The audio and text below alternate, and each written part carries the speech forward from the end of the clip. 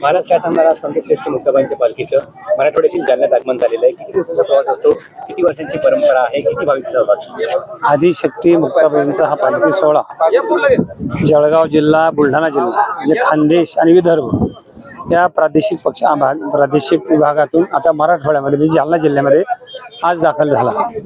मराठवाड्याचं वैशिष्ट्य आहे, दरवर्षी या मराठवाड्यामध्ये हा पालखी सोहळा जालना जिल्ह्यामध्ये जवळजवळ 6 ते 7 दिवस चालतो। आणि गोदावरी एक स्नान या जिल्ह्याचं एक वैशिष्ट्य आहे। आम्ही मुक्ताबाईला 3 स्नान होतात, एक तापीपूर्ण स्नान होते, एक गोदावरीचं होते आणि एक चंद्रभागेचं स्नान होते। त्यापैकी गोदावरी स्नान हे शहागडला जालना जिल्ह्यामध्ये होते। या जिल्ह्याचं एक वैशिष्ट्य आहे। आणि जवळजवळ आम्ही 318 वर्षाची परंपरा आहे।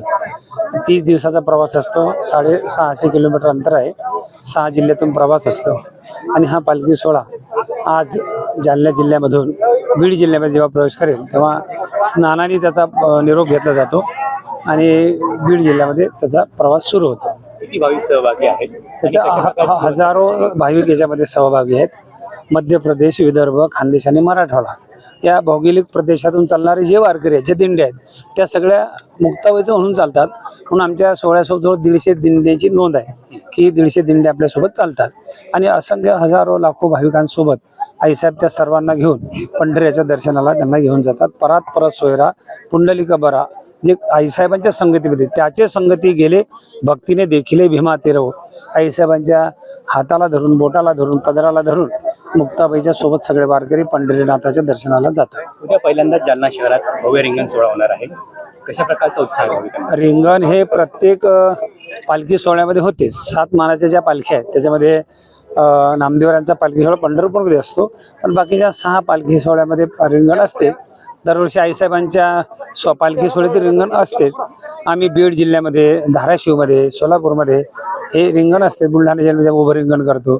पण यावर्षी जालना जिल्ह्यामध्ये तिथल्या प्रशासनाने परिसरातील गड परंपरा आहेत, फळ परंपरा आहेत, संस्थानिक आहेत, वारकरी लोक आहेत, त्या सगळ्यांनी आग्रह केला की जालना जिल्ह्यामध्ये एखादं रिंगण असावं।